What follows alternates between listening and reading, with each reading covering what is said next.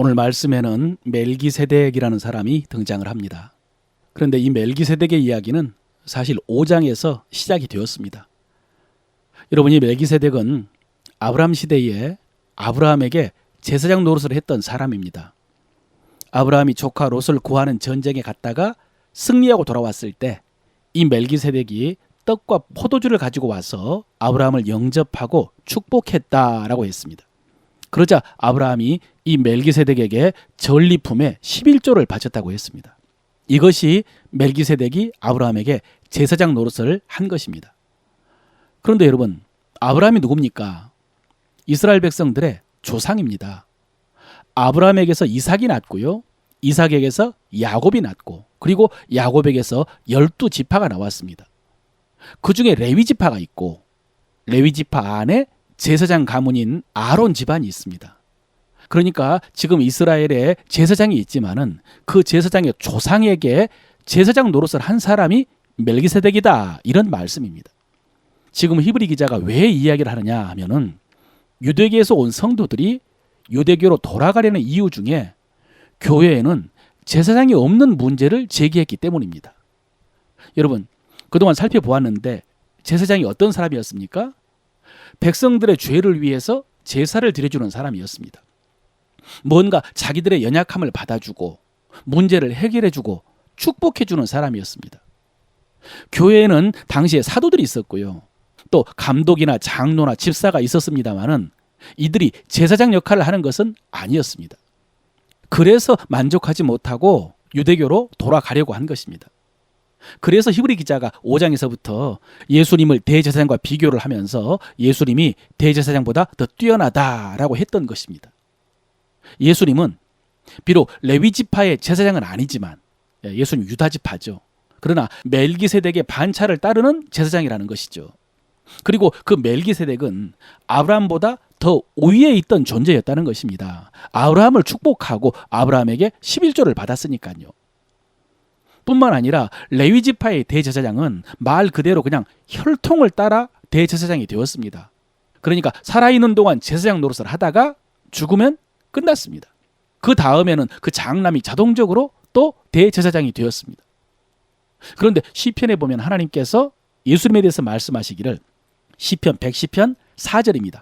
여호와는 맹세하고 변하지 아니하시리라. 이르시기를 너는 멜기세덱의 서열을 따라 영원한 제사장이라 하셨도다. 이런 말씀이 있습니다. 이렇게 예수님은 혈통을 따라서 제사장이 된 것이 아니라 하나님이 지명을 하셨고요. 또 영원한 제사장이라고 맹세까지 하셨다는 것입니다. 바뀌지를 않습니다.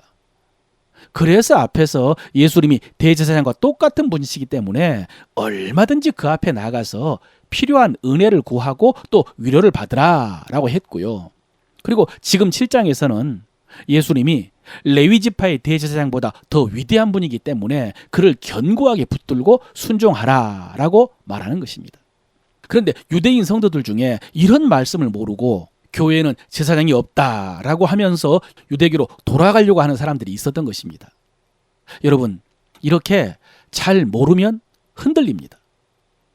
성경을 잘 알지 못하면 엉뚱하게 믿게 됩니다. 그래서 우리는 여러분, 하나님 말씀에 더 집중해야 됩니다. 가끔 보면은 말씀에 상관없이 잘 믿는다라고 하는 분들이 계십니다. 말씀은 잘 몰라도 열심히 신앙생활을 한다? 여러분, 이거 굉장히 위험한 것입니다.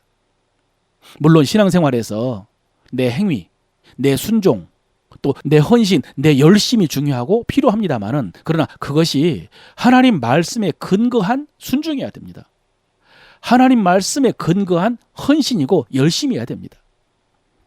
저의 목회 철학 가운데 하나는 교인들이 성경에 무식하도록 놔둬서는 안 된다는 것입니다.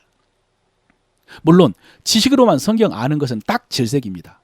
그러나 성도들은 성경을 바르게 알아야 되고 잘 알아야 되고 또 성경에 기초해서 순종도 하고 헌신도 해야 합니다.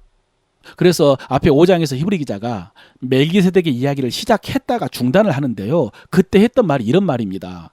히브리서 5장 11, 12절인데요.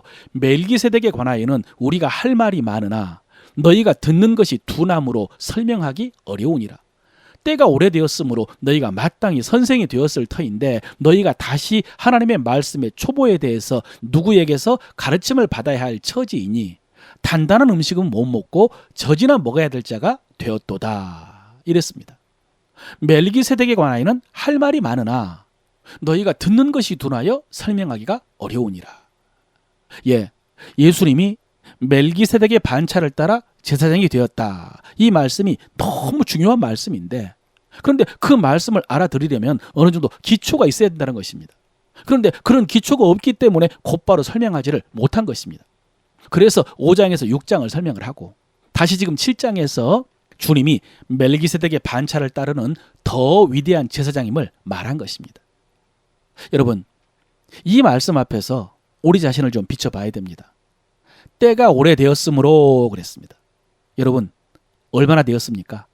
믿는지.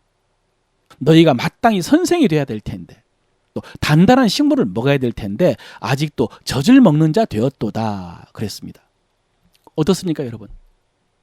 여러분도 쉬운 말씀, 재미있는 말씀만 구하고 있지 않습니까? 조금만 수준이 있는 말씀을 전하면 귀가 다치고 마음이 다치고 눈꺼풀이 무거워지지 않습니까?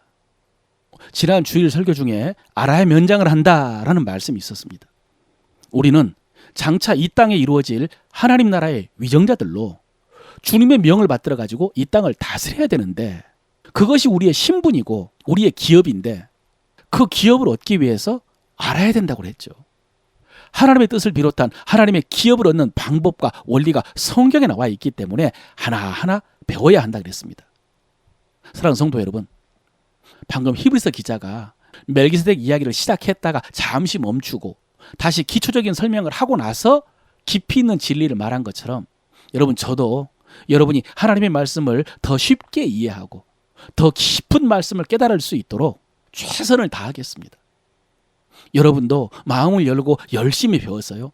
더 단단한 말씀을 먹고 더 높은 수준에서 하나님의 뜻을 행함으로 주님 앞에 갔을 때에 칭찬받고 그리고 주님의 즐거움에 참여할 수 있으시기를 바랍니다.